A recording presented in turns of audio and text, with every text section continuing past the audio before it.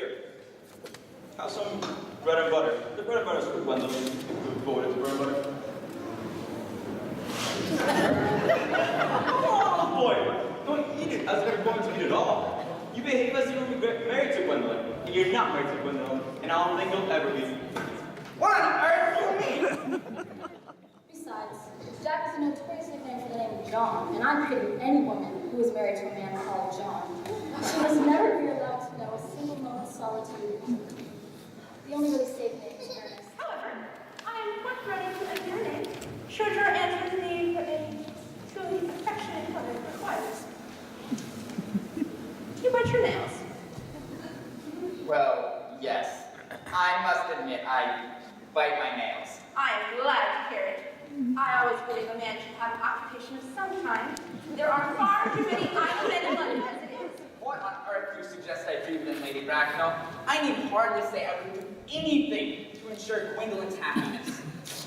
I would strongly advise you, Mr. Worthing, to make some effort to produce, at any rate, one parent of either sex before the season is quite over.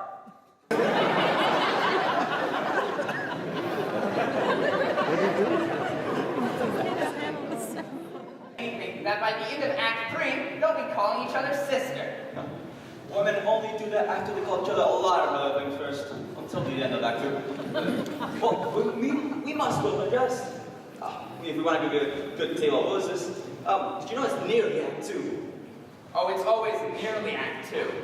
Well, I'm hungry. I never knew you when you weren't. Well, where shall we go after dinner? To the theater? Oh no, I loathe listening. Well, then to the club. No, I hate talking. Then shall we trot around the Empire at 10 then? No, I hate looking at things. It's so silly. Then what shall we do after dinner? Absolutely nothing. What? It's hard work doing absolutely nothing. Take any regard to what their children say to them. The good old-fashioned respect for the young is fast dying out. Whatever influence I had over Mama, I lost at the age of 3. But almost... I don't think you're talking like that. Miss Prism never says such things to me. Well, Miss Prism is a short-sighted old lady. She's the prettiest girl I've ever seen. It's my brother. More shameful deaths and extravagance. Still leading that life of pleasure? Dead! Your brother Ernest dead? Yes, quite dead. What a lesson for him. I trust he will profit by it.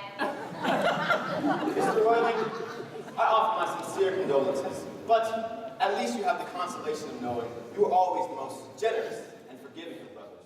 Well, I want your clothes. You look perfectly ridiculous in them. What on earth are you about to change? Spade, I call it spade. I'm glad to say that I've never seen a spade. Our social spheres are widely different.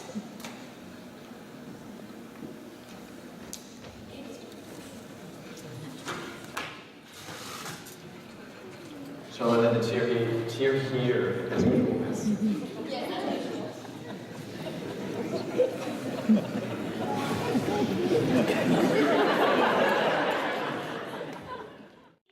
Thank you. Detestable girl, but I require to leave. Sugar? No, thank you. Sugar is no longer fashionable anymore.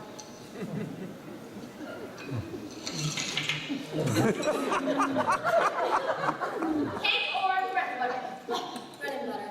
Cake is rarely seen in the best of houses nowadays. Ham this is perfect.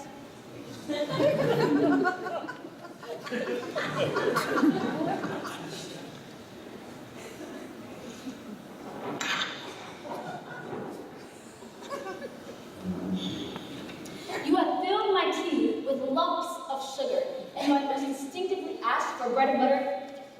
You have given me cake. I am known for the gentleness of my disposition and the extraordinary sweetness of my nature, but I warn you, Miss Harvey, you may go too far. To save my... I wish you had tea cake instead. I don't like tea cake. Good heavens! I suppose a man should be able to eat his own muffins in his own garden. Well, the muffins are still...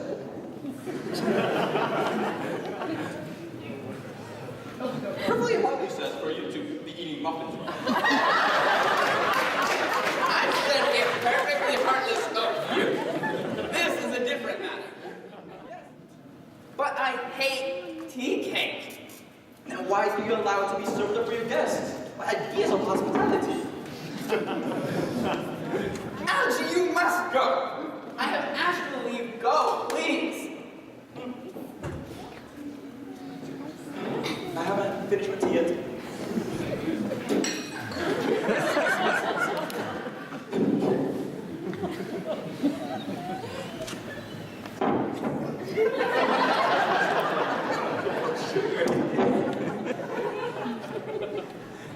There's still one of them.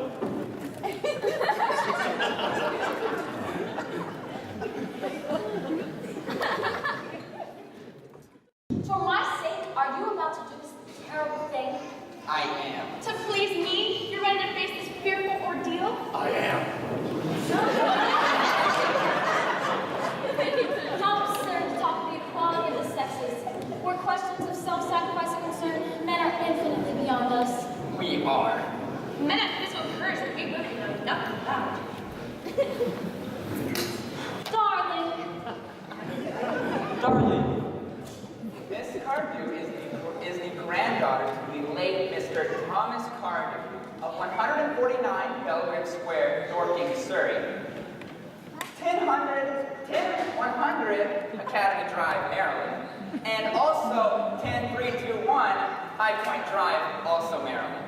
That does not sound unsatisfactory. It's an extremely, almost may I say, ostentatiously eligible young man. He has nothing, but he looks everything. What more can one desire? And then subsequently stayed to tea and ate every single muffin, even off the ground. I hate waiting even 5 minutes for anybody. It makes me rather cross. I know I'm not punctual, but I like punctuality in others, and waiting even for marriage was quite out of the question. Despite of what I hear of her, I must see her. Let her be sent for at once. She approaches. She is nigh. Stop now. I wish we could come to some conclusion. the suspense is terrible. I hope it will last. You had much better treat me with more respect. You have never treated me like a brother in all your life. Well, not till today, old boy. I did my very best, however, though I was slightly out of practice. Gwendolyn, it is a terrible thing to find out that a man has been speaking nothing but the truth his entire life. Could you possibly forgive me? I can, for I know you are sure to change. Darling.